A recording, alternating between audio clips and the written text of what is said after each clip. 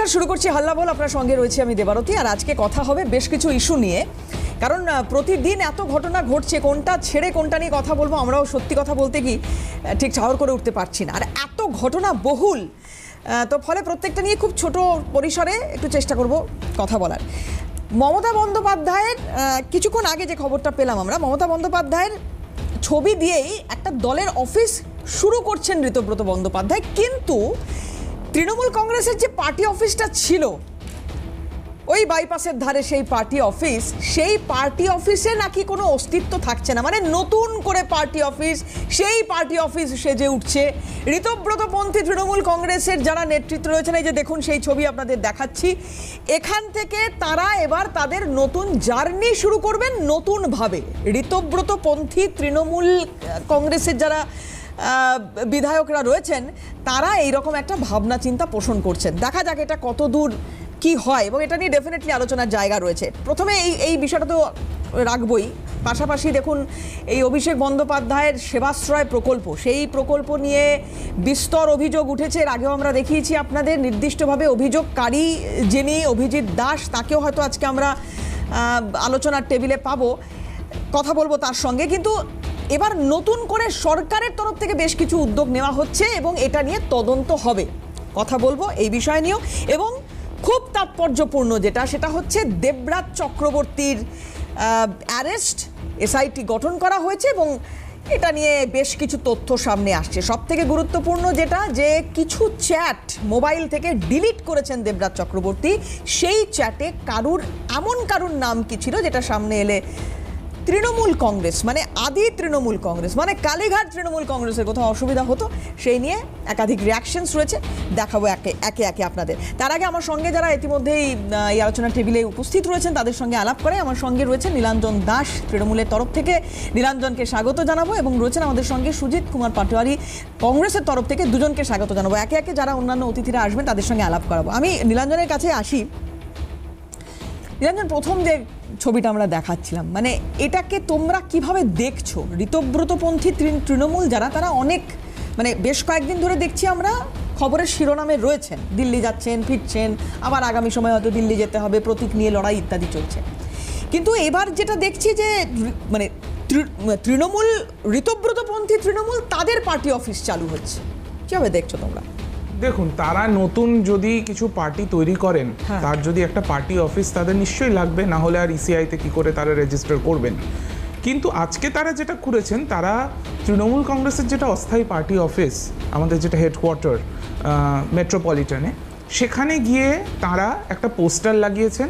তারা 3-4 জন যে গদ্দারগুলো, তারা গিয়ে ভেতরে ঢুকে পড়েছেন, গিয়ে বসে পড়েছেন এবং বাইরে নাকি তালা লাগিয়েছেন। দেখুন, আজকে এই সময় দাঁড়িয়ে আপনার চ্যানেলে আমি দলের একটা ডিউটি পালন করছি, সেই জন্য এখানে বসে আছি, কিন্তু আমার মনটা ওখানেই পড়ে রয়েছে। ইচ্ছে করছে গিয়ে সেই তালাটাকে হাতুড়ি দিয়ে ভেঙে দিই এবং সেই পোস্টারটা ছিঁড়ে জ্বালিয়ে দিই, সেটাই আমার ইচ্ছে করছে। এবং আমি বিশ্বাস করি যারা মমতা বন্দ্যোপাধ্যায়কে ভালোবাসেন তারা এটাই বিশ্বাস করছেন। আচ্ছা দেবারতী দি, আজকে আপনি মমতা বন্দ্যোপাধ্যায় ছবি দিয়ে, না ওরা মমতা বন্দ্যোপাধ্যায়ের ছবি দেয়নি, আমি দেখলাম ওরা কি ওরা কালকে ওরা তো বলছে নীলাঞ্জন, দেখুন এই ঋতব্রত ব্যানার্জি, তিনি বালিশ ছাড়া কোনো কিছু ভালোবাসেন বলে আমার জানা নেই। এই ঋতব্রত ব্যানার্জি, তিনি তার যে কুকীর্তি, তার যে মহিলা গঠিত যে কুকীর্তি বা অন্যান্য আরো যাদেরকে উনি জোগাড় করেছেন, না এটা কোনো ব্যক্তিগত আক্রমণ না, তার বিরুদ্ধে এফআইআর লজড আছে। আমার নিশ্চয়ই প্রশ্ন থাকবে যে এতদিন কেন অ্যাকশন হয়নি। আপনার প্রশ্নটা আমিই করে দিলাম, এতদিন অ্যাকশন হওয়া উচিত ছিল। এই ব্যক্তিকে কে সুযোগ দিয়েছিল? এই ব্যক্তি আজকে যাদের নামে কুৎসা করছেন, অভিষেক বন্দ্যোপাধ্যায়, অবশ্যই ভুল হয়েছে, অবশ্যই ভুল হয়েছে, সেই ভুলটা স্বীকার করছি। আজকে এই লোকটা যেটা করছে, মানুষ দেখছে আজকে যে এই লোকটা, মানুষ আমাদের দেখছে, অবশ্যই নিশ্চয়ই দেখছে আমাদের সেই ভুল। এই যে এই ধরনের কিছু সিপিএম এর পচা গলা মাল, তাদেরকে যে আমাদের পার্টিতে ইন্ডাক্ট করা হয়েছিল, এটা আমাদের অবশ্যই ভুল। সেই লোকটা আজকে বলছে কে অভিষেক ব্যানার্জি? অভিষেক ব্যানার্জির দয়াতে তুমি একের পর এক পদ পেলে, তুমি আইএনটিটিউসির সভাপতি হলে, রাজ্যসভার সদস্য হলে। এখন তো গোটা উলুবেরিয়া জুড়ে উনি বলে বেরিয়েছিলেন যে চতুর্থবার তৃণমূল কংগ্রেস সরকার ক্ষমতায় এলে উনি শ্রম মন্ত্রী হবেন। এই সব বলে তিনি মানুষের ভোট পেয়েছেন, ভোটটা লোকে মমতা ব্যানার্জিকে দিয়েছে। সেইটাকে পুরোপুরি মানুষের ম্যান্ডেটকে অস্বীকার করে তিনি পেছন ঘুরছেন হচ্ছে শুভেন্দু অধিকারীর। আজকেও শুভেন্দু অধিকারীর পাশে গিয়ে বসেছিলেন এবং আজকে সন্ধ্যেবেলা যেটা করেছেন এটা কোনো তৃণমূল কংগ্রেসের কর্মী কেউ মেনে নেবে না। ওখানে গিয়ে বড় বড় করে লিখে এসছেন যে chairman, all India Trinamool Congress chairman Arup Roy. এই টুপি অরূপ রায়কে কটা তৃণমূল কংগ্রেসের মেম্বার আছে যারা বলবে যে ইনি আমাদের চেয়ারম্যান? কয়েকটা ভাড়াটে লোককে নিয়ে গিয়ে, কিছু ডেকোরেটরের লোককে নিয়ে গিয়ে তালা আটকিয়ে আপনি দেখুন, ছবিগুলো মানুষে দেখুক যে এরা কি কাণ্ডটা করেছে। আমার ইচ্ছে করছে গিয়ে টেনে ছিঁড়ে দিই, ইচ্ছে করছে গিয়ে টেনে ওটাকে ছিঁড়ে দিই। এবং কালকে সকালেই আমি যাব বা আপনাদের চ্যানেল ফেরত আমি যাওয়ার চেষ্টা করব, গিয়ে এইটা সবার আগে এটাকে ছিঁড়তে হবে, সবার আগে। এই সমস্ত টলারেট করা যাবে না। এবং প্রশাসন কি করছে? ওখানে তো পুলিশের ইয়ে থাকার কথা, সিকিউরিটি গার্ড থাকার কথা, তারা কি করছে? এই প্রশ্নগুলো আমার থাকবে। এই যে এটা আজকে যেটা তারা করেছে, তারা কিন্তু কফিনের শেষ পেরেকটা আজকে পুঁতেছে, এরপরে লড়াই হবে সম্মুখ সম্মুখ। এবার এই যে প্রতীকের লড়াই চলছে এখন, কোনো লড়াই নেই। প্রতীকটা মমতা বন্দ্যোপাধ্যায়ের হাতে আঁকা প্রতীক।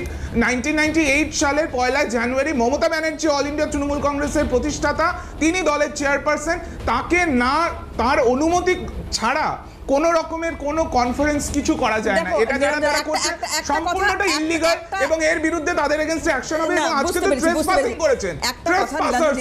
নীলাঞ্জন, একটা কথা এখানে জানতে চাই, এই যে নির্বাচন কমিশনের কাছে এরা গেছেন, মানে ঋতব্রতপন্থী তৃণমূলের যারা বিধায়ক রয়েছেন 10 জনের প্রতিনিধি দল, তারা গিয়েছিলেন, তো এখন এটা নির্বাচন কমিশনের কোর্টে নাকি তোমরা এটাকে নিয়ে আদালত পর্যন্ত যাবে? অবশ্যই আদালতে যাব, কারণ এই নির্বাচন কমিশন যে কতটা নিরপেক্ষ সেটা তো আমরা আগেই জানি। এর আগেও প্রচুর দল এরকম ভাবে ভেঙেছে, এটা নতুন কিছু না, দল ভাঙতে পারে। কিন্তু সেক্ষেত্রে উপরে নীলাঞ্জন মমতা বন্দ্যোপাধ্যায় মমতা ব্যানার্জির নাম মুখে নেওয়া, এদের মমতা ব্যানার্জির নাম মুখে নেওয়ার আগে জিভ খসে পড়া উচিত। এই যে জিভটা দিয়ে উনি বালিশ চাটছিলেন, সেই জিভটা খসে পড়া উচিত মমতা ব্যানার্জির নাম নেওয়ার আগে। এই সমস্ত এই ধরনের দুর্নীতিগ্রস্ত লোকজন এরা সমাজের কাছে কলঙ্ক, এরা কলঙ্ক। এই সমস্ত কলঙ্ককে মানে এগুলোকে নির্মূল করতে হবে আমাদের। সুজিতদার কাছে, সুজিতদা এই রকম একটা অভূতপূর্ব ঘটনা, এর কি বলবেন? মানে এইরকম মানে প্রথমত তো এতগুলো ভাগ হয়ে গেল তৃণমূল কংগ্রেস, আমরা সত্যি বুঝতে পারছি না কোন তৃণমূল আসল তৃণমূল। নীলাঞ্জন তো বলবেন যে অবশ্যই কালীঘাট তৃণমূল আসল, কিন্তু আমি জানি না, তৃণমূলের একটা প্রতিনিধি আনতে পারছেন না আপনারা। 2/3 মেজরিটি একটা কর্মী নেই, একটা কর্মী নেই, নট আ সিঙ্গেল কর্মী। আপনাকে চ্যালেঞ্জ করছি। কি বুঝবো বলো ভাই, কি বুঝবো? রেগে গেলে হবে রাজনৈতিক ভাবে? তুমি একটু জল খেয়ে নাও, আমি একটু সুজিতদার কাছে আসি। সুজিতদা, হ্যাঁ বলুন। শুভ সন্ধ্যা আমাদের সঞ্চালিকা ম্যাডাম এবং আমার ছোট ভাই নীলাঞ্জন। প্রথমেই বলি, নীলাঞ্জন অন ক্যামেরা দু একটা শব্দ ব্যবহার করেছে।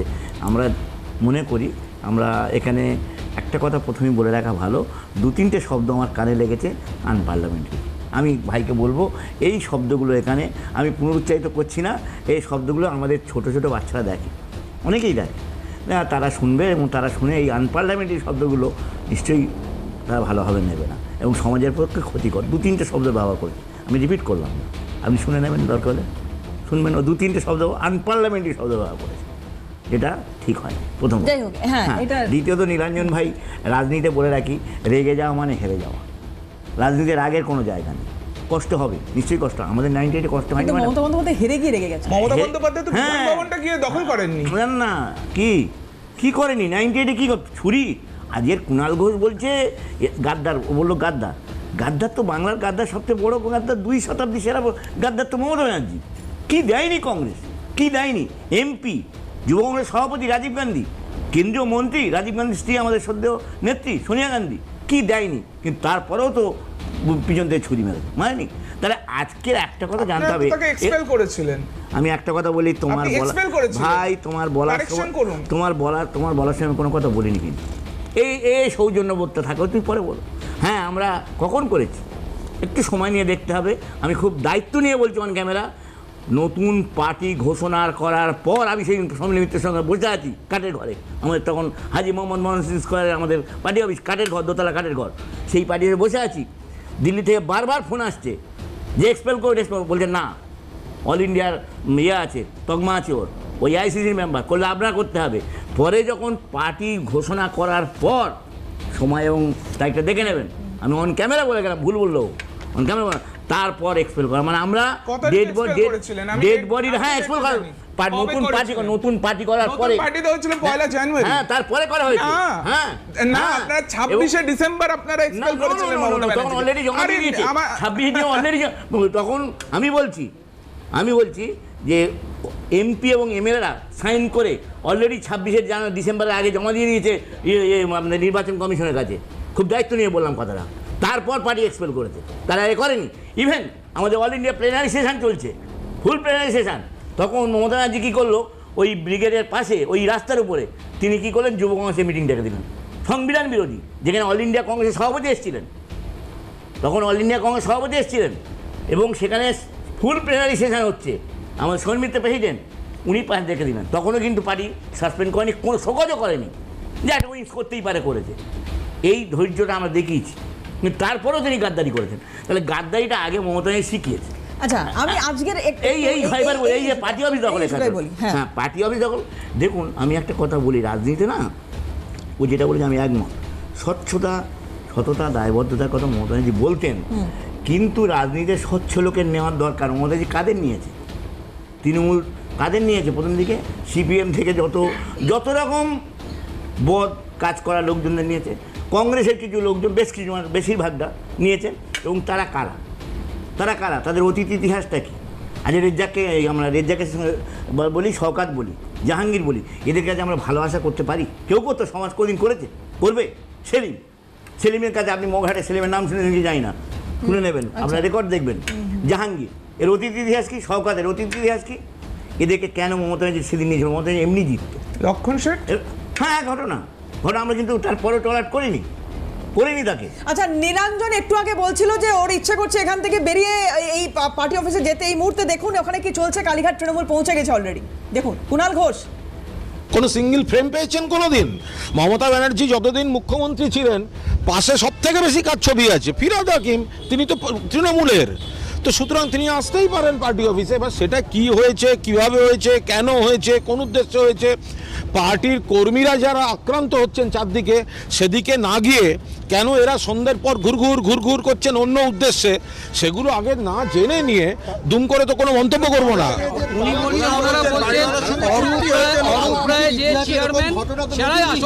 আপনারা একটাও নতুন খবর দিচ্ছেন না, যেগুলো ওনারা সাংবাদিক বৈঠক করে বলেছেন। আমি আবার বলছি, আমি কোনো দায়িত্বজ্ঞানীর মন্তব্য করব না। তার কারণ যারা এসছেন তারাও তৃণমূল কংগ্রেসের প্রতীকে জয়ী জনপ্রতিনিধি। কি হয়েছে, কেন হয়েছে দেখার। তবে কারুর যদি পার্টি অফিসে আসার হয়, সারা বছর আমরা যেমন নানা দরকারে আসি, এদের মধ্যে কেউ তো কতদিন বাদে এলেন নিজেরাও জানেন না, হঠাৎ সন্ধ্যাবেলা আসা, কেন আসা, কি আসা, সেগুলো আমাদের একটুখানি জেনে নিয়ে।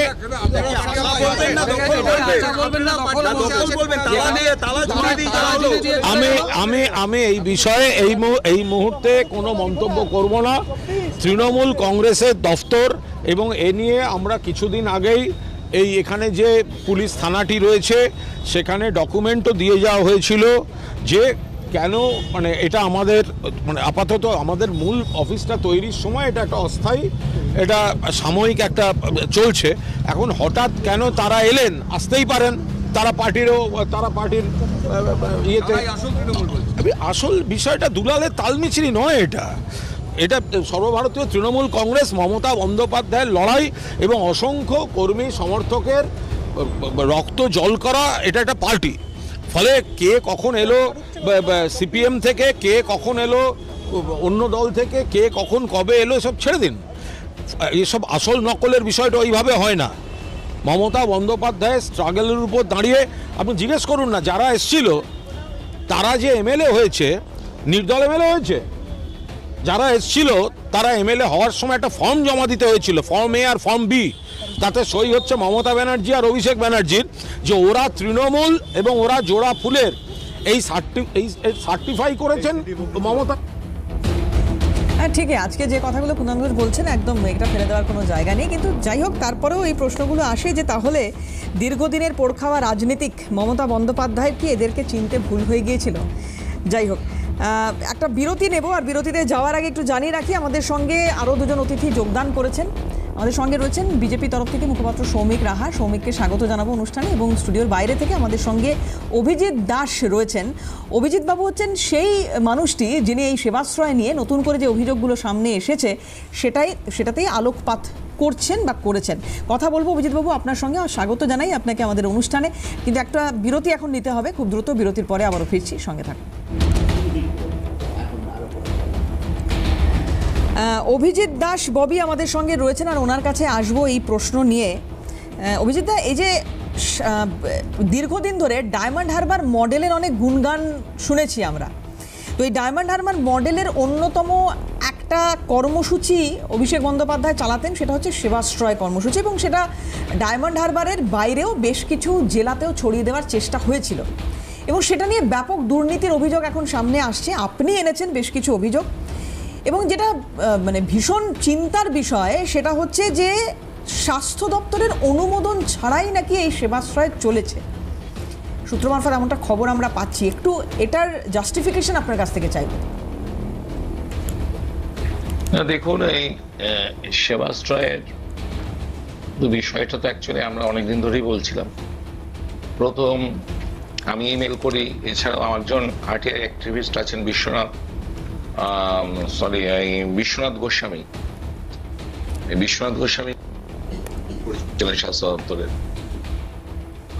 তো কিছু হয়নি, তৃণমূলের সরকার ছিল, বারবার জানিয়েছিলাম এটা যে বেআইনি ভাবে এগুলো করতে পারে না অভিষেক, এটা অভিষেকের বাপের জমিদারি নয়, শোনেনি কেউ কথা। এবং মিডিয়াও ওকে হাইপ বাড়িয়ে দিয়েছিল, প্রত্যেক প্রাইম মিডিয়া ওকে টাইগার বানিয়েছিল। সেবাশ্রয় নিয়ে কি হারে ক্যাম্পেনিং করতো সেই সময়ের মিডিয়া লিঙ্কগুলো পেলেই আমরা জানতে পারবো যে আমরা যারা ডায়মন্ডের অধিবাসী, এখানকার সন অফ দ্য সয়েল, আমাদের কথা কেউ ভাবেনি।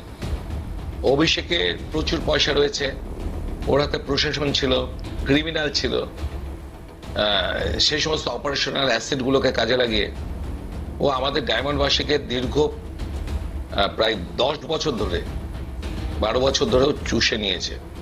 আমরা কিছু করতে পারিনি। লোনলি ভয়েস ছিল আমার, চেষ্টা করেছিলাম, কিন্তু ওর সঙ্গে পারিনি, এত বৃহৎ একটা শক্তির সঙ্গে। কিন্তু আমি হালও ছাড়িনি। 3 বার আমার উপর আক্রমণ হয়েছিল। সেবাশ্রয় নিয়ে কি অভিযোগ এক্স্যাক্টলি উঠেছে, আপনারা কি অভিযোগ সামনে আনছেন? দেখুন, সেবাশ্রয়ে ও যেটা করেছে, প্রথমত কোনো পারমিশন ছিল না। আচ্ছা, সিএমএইচ এর অনুমোদন লাগে কোনো মেডিকেল ক্যাম্প করতে, কিন্তু সিএমএইচ এর ডিএম সুমিত গুপ্তা তার অফিসে বসে বলেছিল যে কোনো সরকারি কোনো কিছু নথিভুক্ত করা যাবে না, আপনারা করবেন। অনেকেই আপত্তি জানিয়েছিল, সুমিত গুপ্তা কোনো আপত্তি জানায়নি। সুমিত গুপ্তাকে আগে অ্যারেস্ট করা উচিত, যে ডিএম ছিলেন দক্ষিণ চব্বিশ পরগনা। এবং এই যে সমস্ত যারা ছিলেন সিএমএইচ বিএমএস এদের প্রেশার করে ও প্রত্যেকের ক্যাম্পে যেতে বাধ্য করেছিল। হোমিওপ্যাথি ডাক্তার যাদের মডার্ন মেডিসিন লেখার কোনো এখতিয়ারই নেই, তাদের দিয়ে অ্যালোপ্যাথিক ওষুধগুলো লেখানো হয়েছিল প্রেসক্রিপশনে। আমি এক একটা দেখাচ্ছি, এতে নিয়ম হচ্ছে প্রেসক্রিপশন, ডাক্তারের নাম থাকবে, রেজিস্ট্রেশন নাম্বার থাকবে, এগুলো সেই সব প্রেসক্রিপশন। আপনি দেখতে পাচ্ছেন কি পরিস্থিতি। তো আর আমরা যারা শিক্ষিত লোক, আমরাই জানি না ডাক্তারবাবু যেটা লেখেন সেটাই আমরা অন্ধবিশ্বাসে খাই। তাহলে গ্রামের এই অশিক্ষিত অল্প শিক্ষিত মানুষগুলো কি করে জানবে? এই গ্রামের লোকগুলো, তাদের পাশে কেউ ছিল না। এছাড়া সবচেয়ে বড় কথা যেটা, যে পিসি অ্যান্ড পিএনডিটি অ্যাক্ট 1994, যে অ্যাক্ট অনুযায়ী আপনার কোনো পারমিশন ছাড়া মিনিমাম 3 মাস আগে থেকে পারমিশন নিতে হবে। আপনি কোনো ইউএসজি মেশিন আপনি এক জায়গা থেকে আরেক জায়গায় স্থানান্তরিত করতে পারবেন না। কোনো পোর্টেবল ইউএসজি মেশিন আপনি বহন নিষিদ্ধ আছে। কেন? কারণ এর মাধ্যমে মিসইউজ হতে পারে, ভ্রূণের লিঙ্গ নির্ধারণ হতে পারে। আমি তো এইটাই ভাবছি, এবং এটা আমি কোশ্চেন রেজ করেছি, যে তদন্তকারী সংস্থাগুলো দেখা উচিত যে ভ্রূণের লিঙ্গ নির্ধারণ হয়েছিল কিনা এই বিভিন্ন ক্যাম্পে।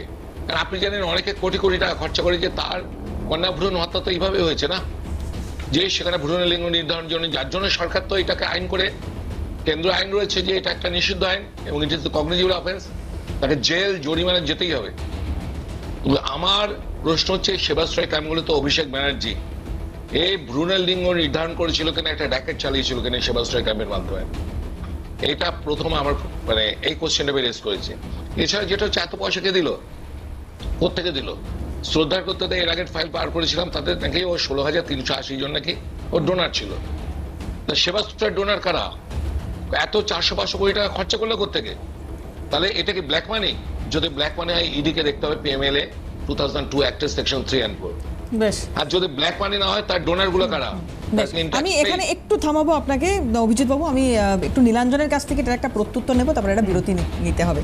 হ্যাঁ নীলাঞ্জন। একদমই ছোট করে বলবো, ওনার এই বক্তব্য আমি আগেও শুনেছি বিভিন্ন মানে নিউজ মিডিয়াতে আমি শুনেছি ওনার বক্তব্য। ওনাকে একটা জায়গায় আমি বলবো যে আয়ুষ প্র্যাকটিশনার্স তারা কিন্তু অন্তত 12টা মডার্ন মেডিসিন তারা কিন্তু প্রেসক্রাইব করতে পারে। এটা কিন্তু আমাদের রাজ্যে এটা রুল আছে। প্রথম কোর্স কথা। কমপ্লিট হলে, কোর্স কমপ্লিট হলে না না না না না না আর কোর্স কমপ্লিট হলে ইন্টারনেট দিতে হবে, তারপর রেজিস্ট্রেশন নাম্বার রেজিস্ট্রেশন নাম্বার একজন ডাক্তার, সে হোমিওপ্যাথিক ইয়েতে কাউন্সিলে হোক বা মেডিকেল কাউন্সিলে হোক, সে যে রেজিস্ট্রেশন নাম্বার লেখেনি, এইটা মানে এটা কাউন্সিল বিচার করবে। এটা না, এটা না না না না না না না না অভিজিৎ দা, আমি আসছি আপনার কাছে। মানুষের জ্ঞাতার্থে বলছি। হ্যাঁ হ্যাঁ, আমি দাদা আমি আসছি দাদা, একটু ওর বক্তব্যটা একটু শুনে নি। কোড অফ মেডিকেল এথিক্সকে এটা নিশ্চয়ই ভায়োলেট করে, কিন্তু এই জিনিসটা অন্য কোথাও, এটা কোনো কগনিজেবল অফেন্স নয়, এটা সেই কাউন্সিল বিচার করবে, হোমিওপ্যাথিক কাউন্সিল বা মেডিকেল কাউন্সিল তারা বিচার করবে। আর ওনার যে বাদবাকি যে জিনিসগুলো, যে ভ্রূণ মানে কোনো ফিটাসের সেক্স ডিটারমিনেশন হয়েছে কিনা, এই যে বিষয়গুলো, সেই জিনিসগুলো নিয়ে মানে আমার বক্তব্য হচ্ছে এই যে অ্যালিগেশনগুলো উনি আনছেন তার ভিত্তিটা কি? এরকম কি ওনার কাছে কোনো রিপোর্ট এসছে যে কারোর এরকম সেক্স ডিটারমিনেশন হয়েছে বাচ্চাদের, এরকম কিছু মানে আপনার কাছে পেয়েছেন? আপনার এই যে বক্তব্যগুলো বা সিএমওইচকে নিয়ে যে এই বক্তব্য, সিএমওইচ পারমিশন দেয়নি, সিএমওইচ আপনিই বলছেন যে ডিএম পারমিশন জোর করে নেওয়ানো করিয়েছে, তো আপনার বক্তব্যগুলো ঠিক দাঁড়াচ্ছে না। আপনি ঠিক করে আপনার পুরো অভিযোগটা আপনি আপনার অভিযোগটা আপনি পুলিশ, না না আমি রাজনীতি করছি না, আপনাকে আমি বিষয়টা জানাচ্ছি। আপনি অনেক কিছু না না কমিশন লাগবে, এবং আমি যদি আপনাকে বলি সিএমওইচ ওখানে উপস্থিত ছিল, আমি যদি আপনাকে আপনি এই পুরো জিনিসটাকে কেন্দ্র করে অভিষেক বন্দ্যোপাধ্যায়ের একটি মানে জনকল্যাণমূলক একটি মানুষ বিচার জিতিয়েছে, দুদিনবার হারিয়েছে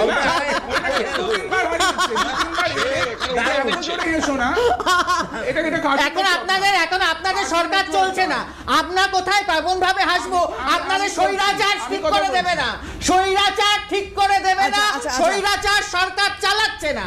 ওই স্বভাব বন্ধ করুন, এত জোরে ওই স্বভাব বন্ধ করুন। স্বৈরাচারের সরকার চলছে না, আমি কোথায় কতটা হাসবো সেটা আপনি ঠিক করবেন না। বাংলার মুখ্যমন্ত্রীর নাম চোর মমতা নয়, বাংলার মুখ্যমন্ত্রীর নাম হচ্ছে তোয়ালে শুভেন্দু। বাংলার একদম কথা বলবেন না, বাংলার আপনার সাথে বলছি, তৃণমূলের হয়ে আপনি বলছেন সব ঠিক আছে, কে হাসবে কে কাঁদবে, অনেক স্বৈরাচারী করেছে। আমি কথা বলছি, স্বৈরাচার সরকার অভ্যাস বদল করুন, তাহলে বদলে দেব। অভ্যাস বদল করুন, তাহলে বদল ঠিক হয়ে যাবে।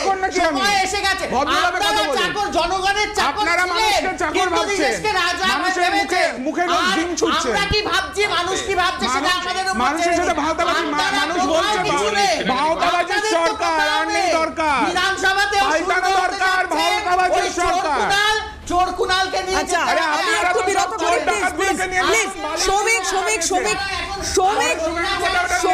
নিরঞ্জন, আমি দুজনকে প্লিজ একটু থামতে বলছি, একটু থামতে বলছি, একটা রিঅ্যাকশন দেখাবো প্লিজ। সৌমিক ভাই, আমি আসবো প্লিজ একটা রিঅ্যাকশন একটু দেখাই, একটা রিঅ্যাকশন দেখাবো। কিছুক্ষণ আগে নীলাঞ্জন বলছিলেন যে মানুষ কি বিচার করছে বা মানুষ কি এগুলো ফেস করেছে, এই রকমই একটি ফ্যামিলির সঙ্গে আমরা কথা বলেছিলাম যারা সেবাশ্রয় গিয়ে তাদের কি অভিজ্ঞতা হয়েছিল। তারা বাচ্চাকে নিয়ে গিয়েছিলেন, মা এবং বাবা, কি অভিজ্ঞতা হয়েছিল আমি মায়ের একটা রিঅ্যাকশন এখানে একটু শোনাবো। অভিষেক বন্দ্যোপাধ্যায়ের সঙ্গে কথা বলেছেন, কি বলেছিলেন সেই সময়, কি তাদের অভিজ্ঞতা হয়েছিল, মা কি বলছেন দেখুন। কাছে সরাসরি পৌঁছানো তো আমাদের কোনোভাবে সম্ভব হয়নি, কারণ যাদের আমাদের সরাসরি কানেক্ট করে দেওয়ার কথা তারা নিজেরাই আমাদের বারে বারে বলেছেন উনি কিছু করবেন না, সুতরাং কে আমাদের ওনার কাছে নিয়ে যাবেন?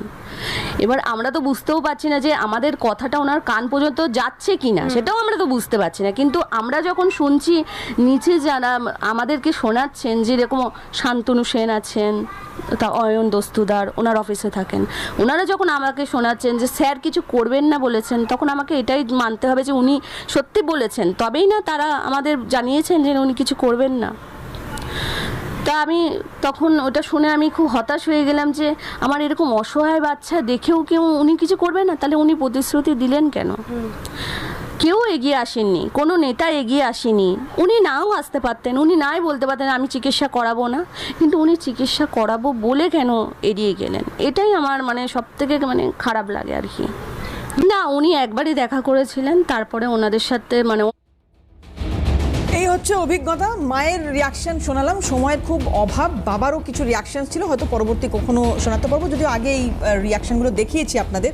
কিন্তু মানুষ উপকার পাওয়ার যদি মানে পেতেন যদি, তাহলে বোধহয় ভোটে ফলাফলটাও ওই রকম হতো না। যাই হোক, একটা ব্রেক আমাকে নিতে হবে এখানে, খুব দ্রুত বিরতির পরে আবারও ফিরবো আলোচনায়, সঙ্গে থাকুন। আমি শুরুতেই বলছিলাম যে এত ইস্যুজ তৈরি হচ্ছে, ঘটনাবহুল প্রতিটা দিন কাটছে, এবং খুব স্বল্প পরিসরে এতগুলো বিষয় নিয়ে আলোচনা করা সত্যি টাফ। যাই হোক, কিন্তু যেটা নিয়ে কথা না বললেই নয় সেটা হচ্ছে দেবরাজ চক্রবর্তীর কোটি কোটি টাকার সন্ধান। ল্যাপটপে কিছু নতুন তথ্য, ল্যাপটপ ঘেঁটে কিছু নতুন তথ্য সামনে আসছে, আর্থিক লেনদেনের কিছু তথ্য সামনে আসছে, এবং একটা নতুন কোম্পানির হদিশ পাওয়া যাচ্ছে। সবথেকে ইন্টারেস্টিং যেটা, সেটা হচ্ছে যে মোবাইলে কিছু চ্যাট ডিলিটেড। এবার ডিলিট যদি দেবরাজ করে থাকেন, তাহলে ওনার কি এটা মনে হয়নি যে আজকে এই সুপারসনিক যুগে দাঁড়িয়ে চ্যাট রিকভার করাটা খুব একটা কঠিন বিষয় নয়? তো জীবনকৃষ্ণ সাহার মোবাইল ফেলে দেওয়া হোক ছুঁড়ে, বা চ্যাট ডিলিট করা হোক, এগুলো আজকের দিনে খুব বোকামি বলেই সাধারণ মানুষ মনে করে। তো এইভাবে পরিত্রাণ পাওয়ার যদি চেষ্টা করে থাকেন এরা, তাহলে সেটা খুব একটা বুদ্ধিমানের কাজ নয়। তবে হ্যাঁ, উনি বুঝতে পেরেছিলেন ওনার অপরাধ আছে, উনি জড়িয়ে পড়েছেন, যা যা করে ফেলেছেন, যার জন্যই করে থাকুন না কেন। কারণ এরকম কিছু রিয়াকশনস আসছে বিজেপির নেতৃত্বে, তারা বলছে যে এই টাকাটা মানে এই 1500 কোটি টাকা, এটা কি অদিতি মুন্সি এবং দেবরাজ চক্রবর্তী এদের দুজনের অ্যাকাউন্টে কোনো একজন ব্যক্তিকে খুশি করার জন্য পৌঁছচ্ছিল, বা এমন কোনো কোম্পানি ফর্ম করা হলো যে কোম্পানিটা ফর্ম না করলে এই বিপুল পরিমাণ সাম্রাজ্য টাকার অর্থের যে যোগানটা, সেটা এমন ভাবে প্লেস করা হলো যে কালো টাকা সাদা হচ্ছে, সেটা দেখানোটা খুব দরকার ছিল। কেন, কার জন্য? সুকান্ত মজুমদারের একটা প্রতিক্রিয়া আপনাদের দেখাবো। অভিষেক বন্দ্যোপাধ্যায় সম্ভাবনা থাকতে পারে তার কারণেই এইগুলোর প্রয়োজন হয়েছিল, এবং তরুণজ্যোতি তিওয়ারি বিধায়ক, মাননীয় বিধায়ক অদিতি মুন্সিকে যিনি হারিয়েছেন এবার নির্বাচনে, কি বলছেন এই দুজনের প্রতিক্রিয়া দেখাই আপনাদের, তারপরে আসবো আলোচনা। দেখুন, দেবরাজ এর নামে নাকি অভিযোগ উঠেছে তিনি এবং তার স্ত্রীর নামে, যে প্রায় 1300 না 1500 কোটি টাকার মালিক। আমার ইনটিউশন যেটা বলছে, এত টাকা যদি সত্যি এনাদের দুজনের নামে থেকে থাকে, তাহলে এই টাকা শুধুমাত্র ওনাদের দ্বারা রোজগার করা টাকা নয়, এই টাকা তৃণমূলের অন্য কোনো বড় নেতার টাকা এদের নামে রাখা আছে। এবং সেক্ষেত্রে সবথেকে বেশি সম্ভাবনাময় ব্যক্তির নাম হচ্ছে অভিষেক বন্দ্যোপাধ্যায়, কারণ দেবরাজ এবং তার স্ত্রী দুজনেই, যিনি প্রাক্তন বিধায়িকা, দুজনেই অভিষেক বন্দ্যোপাধ্যায়ের অত্যন্ত কাছের বলে আমরা জানি মিডিয়া সূত্রে। বাঁচার জন্য ডিলিট করেছে, তবে এখনকার দিনে টেকনোলজি এত উন্নত হয়ে গেছে, আপনি হোয়াটসঅ্যাপের মেসেজ ডিলিট করলে পরেও সেই মেসেজ রিট্রিভ করা যায়। ওনার যা টাকা পয়সা আছে, আমার মনে হয় না ওনার পাশে কাউকে লাগবে। তবে এটুকু বলতে পারি, ভারতীয় জনতা পার্টি নোংরা রাজনীতি করে না। ভারতীয় জনতা পার্টির তরফ থেকে কোনো এমন কিছু করা হবে না যেটা ওনার সিকিউরিটি মনে হয় ইনসিকিউর ফিল হয়। তো খারাপ লাগে। দেখুন, বাচ্চাটা তো কোনো দোষ নেই, বাপ চোর মা চোর, বাচ্চাটা কি করবে বলুন? বাচ্চাটার জন্যই তিনি বেলটা পেয়েছেন, বাচ্চাটা শিল্ড হয়েছে। মানে আমি বলেছিলাম ভোটের আগে আমার কাছে অনেক কিছু ছিল, এখনও আছে, মোবাইলে রাখার প্রয়োজন মনে করি না, সেগুলো আমি চাইলে করতে পারতাম, কিন্তু করিনি, কারণ ওই বিলো দ্য বেল্ট পলিটিক্স আমি করি না। আমি ওয়েস্টার্নের অনেক হিসাব দিতে পারতাম, দেবরাজের পাশেই তো হোটেলটা না। একই সাথে অদিতি মুন্সি যখন রিয়েলিটি শোতে ছিল তখন বেশ কিছু চ্যাটের হিসাব দিতে পারতাম, দিইনি, ওই পলিটিক্সে আমি বিশ্বাসী নই। অভিষেক বন্দ্যোপাধ্যায় না, এই টাকাটা দেবরাজেরই, এটা হচ্ছে 25%। এর 75% কি আছে সেটা অভিষেক বন্দ্যোপাধ্যায়, মমতা বন্দ্যোপাধ্যায়কে জিজ্ঞেস করুন, ওরা বলে দেবেন। তরুণদার সঙ্গে অনেক প্যানেল করেছি এবং স্বভাবসিদ্ধ ভঙ্গিতে তরুণদা যাই হোক এইভাবেই ব্যাট করে থাকেন। এখন কথা হচ্ছে যে একের পর এক মামলা অভিষেক বন্দ্যোপাধ্যায় নামে যেগুলো মানে সামনে আসে বা যে অভিযোগগুলো আসছে, আমরা এই মুহূর্তে তো একটা খুব বিচ্ছিরি সিচুয়েশনের মধ্যে রয়েছেন উনি, কারণ এই ভয়েস স্যাম্পল টেস্ট নিয়ে হাইকোর্টে যাওয়ার পরেও খুব একটা সুরাহা হলো না সেই মঙ্গলবার দিন, মানে পেছনও গেল না আর কি। যাই হোক, এর মধ্যে মানে এইটা জুড়ে গেল, অভিষেক বন্দ্যোপাধ্যায়ের কাছে নাকি এই টাকাগুলো পৌঁছাতো, এরকম একটা অভিযোগ সামনে আসছে বিজেপি তরফ থেকে। হ্যাঁ সুজিতদা বলুন। দেখুন, একটা কথা বল, যে মানুষটি বলেছিলেন যে আমি ফাঁসির দড়ি গলায় নিয়ে ঝুলে পড়বো অন ক্যামেরা, তাহলে সে মানুষের আজ এটা আপনি মনে করেন এই 25-75? হ্যাঁ নিশ্চয়ই, আরো বেশি কিনা দেখতে হবে, এবং কারোর ক্ষমতা আছে মমতা ব্যানার্জি এবং অভিষেক ব্যানার্জি বাদ দিয়ে। সুজিতদা আমাকে এটা কথা বলুন, 1500 কোটি টাকা, এটা বলছে 25, তাহলে 75টা কত? ও গুণ করে দিন, দেখে নিন কি হয়, দেখে নিন না, 3 গুণ হবে তো। মানে এটা মানে কি হতো এই টাকা দিয়ে? না আজকের এটা তো একটা সেক্টর, তোলাবাজি সেক্টর, রাজারহাট গোপালপুর, তোলাবাজি সেক্টর, বাকি আবার গরু, কয়লা, বালি, তারপর ওই আপনার ওই যে নিয়োগ দুর্নীতি, প্রাইমারি মাস্টারি, এ সব মিললে যা পয়সা আছে, আমাদের যা ধার দেনা আছে না, পশ্চিমবাংলা শেষ শোধ হয়ে যাবে। আমি তো ভাবছিলাম মানে এখন শোধ হয়ে যাবে এইরকম, মানে এই সিচুয়েশনে ওনার ঘুম হচ্ছে রাতে, মানে আমি এত টাকা, মানে এই যে অভিযোগগুলো, অভিযোগেই তো কান ঝালাপালা হয়ে যাওয়ার কথা। আমি জানি না সত্যি মিথ্যে তো পরের বিষয়, এটা তো শ্রমিকরা বলতে পারে বেটার, বা তদন্তগুলো চলছে। আমি বলছি রাতে ঘুম হয়? নিশ্চয়ই হওয়া উচিত। অভিজিৎ দা তো সরাসরি লড়াইও করেছেন, আমি আসছি শ্রমিক, একটু অভিজিৎ দার কথা এখানে শুনে নি। অভিজিৎ দা, আপনি তো সরাসরি লড়াইও করেছেন, বডি ল্যাঙ্গুয়েজ অভিষেক বন্দ্যোপাধ্যায়ের, এই সঙ্গে সঙ্গে 30-32টা গাড়ি, আজকে কি অবস্থা, মানে এটা একটু আমাকে বলুন যে মানুষটার বিরুদ্ধে এত, এবং আপনি একটা মারাত্মক অভিযোগ করেছেন কিছুদিন আগে, যেটা দেখছিলাম আমফানে দুর্নীতি, 250 কোটি টাকার দুর্নীতি অভিজিৎ বাবুর সামনে এনেছিলেন সেটা। তো এই মানুষটার রাতে ঘুম হয় অভিজিৎ দা, কি মনে হয় আপনার? ও আমাদের জীবনে 12টা বছর নষ্ট করেছে, কত রাত যে ঘুমায়নি ওর আর বাহিনীর অত্যাচারে। আমি 4 বছর জেলা সভাপতি ছিলাম। আপনারা তো 21 সালের পরে সন্ত্রাসটা দেখেছেন, 17, 18, 19, 20 অভিষেকের সন্ত্রাস, যার বলি আমার মতো হাজার হাজার ছেলে পঙ্গু হয়ে রয়েছে। আমরা জানি কলকাতা ঘরে এসে 17-18 সালে সন্ত্রাস কে চালিয়েছিল? অভিষেক বন্দ্যোপাধ্যায়। আমি সুজিত পাটোয়ারির দায়িত্ব নিয়ে বলছি। 17-18 সালে অভিজিৎ, আমি একটু শুনে নি, ডায়মন্ড হারবার মডেল কি ওই সময় মানে স্ট্রাকচারটা তৈরি হচ্ছিল? 17 সালে অভিষেক ব্যানার্জি তার চোখ অপারেশনের 6 মাস পরে ঐতিহাসিক র্যালি করে ডায়মন্ড হারবার এসডিও গ্রাউন্ডে, যেখানে দোতলা সেবাশ্রয়টা করেছিল। সেইখানটায় আমি তখন জেলা সভাপতি, আচ্ছা, আর অর্গানাইজেশন আমার হাতের মুঠোর মধ্যে। তখন রাজ্য বিজেপিতে বড় বড় সভা হতো না। আমি দিলীপ ঘোষকে ভোট করলাম যে আমি ওর থেকে ডবল লোক নিয়ে আসবো। দিদি বলে পারবে, আমি পারবো না। মানে 17-18 কি ধরনের সন্ত্রাস হয়েছে? 17-18 কি ধরনের সন্ত্রাস? অভিষেকের ওই মিটিং এর পরে অভিষেকের প্রথম সাথে শুরু করে পূজালি পুরসভায়, যেখানে 11টা পুরসভা আমাদের ওয়ার্ড আমাদের জেতার কথা, ও সব জায়গায় ছাপ্পা মারলো ক্রিমিনাল নিয়ে। তখন প্রোটেস্টারও ছিল এসপি। আমি পাল্টা হুইপ জারি করলাম যে কটাতে ছাপ্পা মেরেছে সব কটা ইভিএম মেশিন ভেঙে দেয়। 2টোতে ভেঙে দিল, পুলিশ সব গার্ড করে দিল বাকিগুলো। ক্রিমিনাল গুলো বোম মারতে মারতে খুব সুন্দর মিডিয়া সেদিন কভারেজ করেছিল পূজালি পুরসভার। মনে করে দেখুন 2017 সালে পূজালি পুরসভা, সেই সন্ত্রাসের প্রথম শুরুয়াত। তারপর থেকে থামেনি। ওই 2টো ইভিএম মেশিন ভাঙতে পেরেছিলাম, 2টোতে রিপোল হয়েছিল, 2টোতে বিজেপি জেতে। সারা রাত ধরে বোম্বিং, তাদের বাড়ির লোককে পুলিশ দিয়ে তুলে নিয়ে যাওয়া, তাদেরকে তৃণমূলে যোগদান করালো।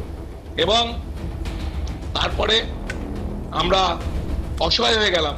তারপরে শুরু হলো ওখান দিক দিয়ে শ্রীমন্ত বৈদ্য, ওদিক দিয়ে মেহবুব গায়েন, এদিকে গৌতম অধিকারী, এই 3 জন, জাহাঙ্গীর সাইমিন তো তারপরে। এই 3 জনে মিলে কি অত্যাচার করেছে চিন্তা করা যাবে না। এই 17, 18, 19 শ্রীমন্ত বৈদ্য মরে গেল, ওদিকে শুরু হলো জাহাঙ্গীর আর শামীমের উৎপাত, এবং আমাদের কত ছেলে যে ঘরছাড়া হয়ে রয়েছিল, কত ছেলে যে পঙ্গু হয়েছে, কত ছেলের মায়ের বাইরে পৃথিবী জানেই না, কারণ সাংবাদিকদের ওরা পিস্তল থেকে বলেছিল কোনো খবর প্রচার করা যাবে না। কেউ ডায়মন্ডের 17, 18, 19 আমি জানি অভিজিৎদা, এই জায়গাটুকু আমি জানি যে কারণ আমাদের সাংবাদিকরাও খবর সংগ্রহ করতে গিয়ে বাধার মুখে সেই সময় পড়েছে এবং মারাত্মক সেই অভিজ্ঞতা। আমি আসবো দাদা, আমি একটু সমীরের কাছে আসবো দাদা, আসবো আপনার কাছে। হ্যাঁ সমীর, দেখুন, বিষয় হচ্ছে অভিষেক বন্দ্যোপাধ্যায় তো কোনো রামকৃষ্ণ মিশনের সন্ন্যাসী আমরা তো কেউ জানি না, বা ভারত সেবাশ্রমের সন্ন্যাসীও নয়। তো সেবাশ্রয় অভিষেক ব্যানার্জি সেবাশ্রয় করছে যখন, তখন পরিষ্কার আছে এর সরকার কাদের। সরকার তো তখন বিজেপি সরকার নয়, তখন তো তৃণমূল সরকারই চলছে। মানে তৃণমূলের মুখ্যমন্ত্রী বনাম ছোট মুখ্যমন্ত্রীর টাকা লেনদেনের লড়াই, কে কত তোলা তুলতে পারবে। এবং আমার যতদূর মনে পড়ে, মমতা বন্দ্যোপাধ্যায় পর্যন্ত জীবনে 7 লাখ ভোটে তো দূরে থাক, তার অর্ধেক ভোটেও জেতেনি কোনোদিন। এবং অভিষেক বন্দ্যোপাধ্যায় কিভাবে ভোট করেছে, ববিদা তো অনেক সিনিয়র নেতা, উনি তো পুরোটা জানেন। আমি একটা শুধু উদাহরণ দিচ্ছি। নির্বাচনের সময় ববিদার ওই কনস্টিটিউয়েন্সিতে গঙ্গারামপুর বলে একটি জায়গা আছে, ওখানে একটি মহিলাদের দ্বারা পরিচালিত মঠ রয়েছে, আমি নামটা উজ্জ্বল রাখছি এখন।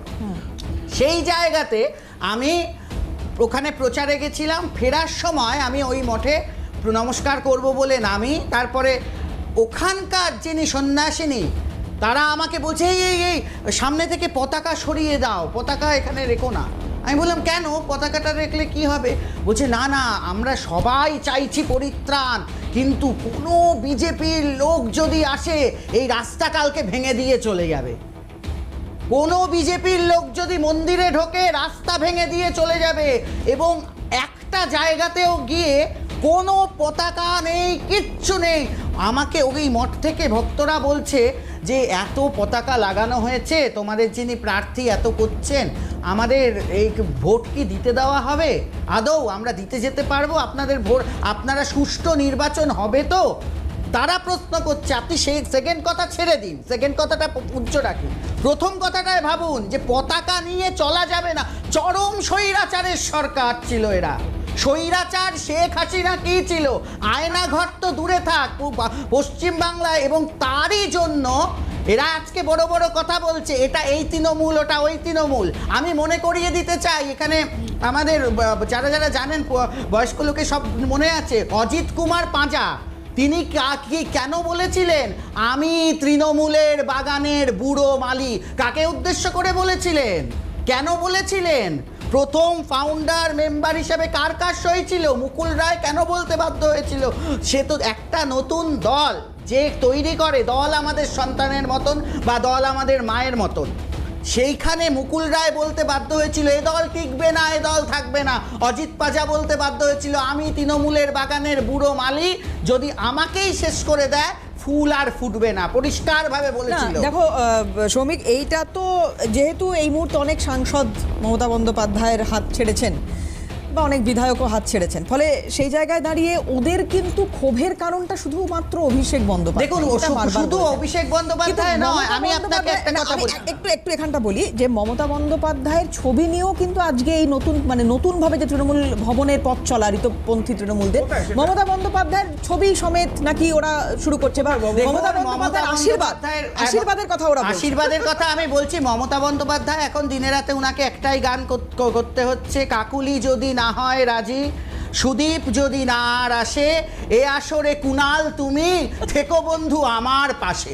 এছাড়া তো আর কোনো গান নাই, এই গানই করতে হবে। আর এর মূল কাণ্ড দেখুন, মমতা বন্দ্যোপাধ্যায় যদি এই শো শুনে থাকেন, আমি পরিষ্কার বলছি, আপনার টেকনিক্যালি ভুল একটাই ছিল। আপনি পরে দলে জয়েন করেছেন, আপনিও দল প্রথম থেকে করেননি। যে আপনার তৃণমূলের লোকেদের সত্যি কথাটা এবার তো বলুন, আমার সব পুরনো কথা মনে থাকে এবং আমি খুব স্টাডি করি। প্রথম এই তৃণমূলের জন্মলগ্ন থেকে প্রথম শুরু, ফাউন্ডার মেম্বার হচ্ছে মুকুল রায় ছিল, অজিত পাজা প্রেসিডেন্ট ছিল, তারপরে জয়েন করেন মমতা বন্দ্যোপাধ্যায়। হ্যাঁ, সেটা খুব সামান্য দিন হতে পারে, একদিন দুদিনের ফারাক হতে পারে, কিন্তু বিষয় তাই। কিন্তু তখন যদি একটা কথা বলতো, আমরা অল ইন্ডিয়া অল কালীঘাট ছেড়ে দিন, আমি মমতা ব্যানার্জি ব্যক্তিগত তৃণমূল কংগ্রেস এই নামটা নিতেই পারতেন, আমার পারিবারিক তৃণমূল কংগ্রেস। এবং তাতে সুবিধা কি হতো, তাহলে ইলেকশন কমিশনও বিচার করে দেখতো এরকম কোনো পরিবারকেও দল ওনারা পুরো। এবং আর একটা কথা বলি, উনার বাকি সবাইকে ছেড়ে দিন, উনার নিজের ভাতৃবধূ, উনি নিজের করা স্টেটমেন্ট, আমি বাড়ি থেকে বেরোতে পারি না, তার কারণ যত পাড়ার লোক আছে আমার বাড়ির সামনে এসে, আমার গাড়ির সামনে এসে শুধু বলে, এই তোর কাউন্সিলর কাজ করছে না, আমার ড্রেন থেকে ময়লা পাস হচ্ছে না, তাই এবার আমি ঠিক করেছি আমার বাড়ির বউটাকে, আবার কোন বউ সেক্ষেত্রেও মাঝে মাঝে বলেন, আমি আমার বাড়ির, আমাকে আমাকে তখন শেষে বলেন, আমি বাড়ির বউদের বলি, হ্যাঁ রে তোরা মাঝে মাঝে দু চারটে করে প্রেম করতে পারিস না, সেই বাড়ির বউকে আবার বলছে তোকে আমি ইলেকশন লড়াবো, সেই বাড়ির বউ সেও এখন দিদির সাথে নেই, সেও এখন চলে গেছে। একটা ব্রেক নিয়ে আমার একটা জিনিস খুব মজা লেগেছে, যখন নীলাঞ্জন বলছে তখন সৌমিক আসছে, যখন সৌমিক বলছে নীলাঞ্জন আসছে। যাই হোক, একটা বিরতি নেবো, আমি আসছি, একটা বিরতি নেবো, খুব দ্রুত বিরতির পর ফিরছি, সঙ্গে থাকুন। কিছুক্ষণ আগে কথা হচ্ছিল এই ঋত তৃণমূল বা কালীঘাট তৃণমূল নিয়ে, যে তখন নীলাঞ্জন বলছিল যে ঋতকে চেনা হয়নি। এটা সত্যি কথাই, মমতা বন্দ্যোপাধ্যায়ের মতো একজন প্রাজ্ঞ রাজনীতিক কী করে চিনতে পারলেন না সেটা জানি না, কিন্তু দেবরাজকে কি চিনেছিলে নীলাঞ্জন? এটাই তো ব্যাপার না, এনাদেরকে মমতা ব্যানার্জি আদৌ কতটা চিনতেন আমার সত্যি একটু ডাউট আছে। মমতা ব্যানার্জি গত 15 বছর ধরে তিনি প্রশাসন সামলাতে এতটাই ব্যস্ত ছিলেন, দলের এই জায়গায় এই স্তরের নেতৃত্ব চয়নটা তিনি করা প্রায় ছেড়ে দিয়েছিলেন। সেই কারণে আমাদের দলে কিন্তু অনেক ওই ড্রেনের জল ঢুকেছে গঙ্গায়, এটা একটা প্রবলেম হয়েছে প্রচুর।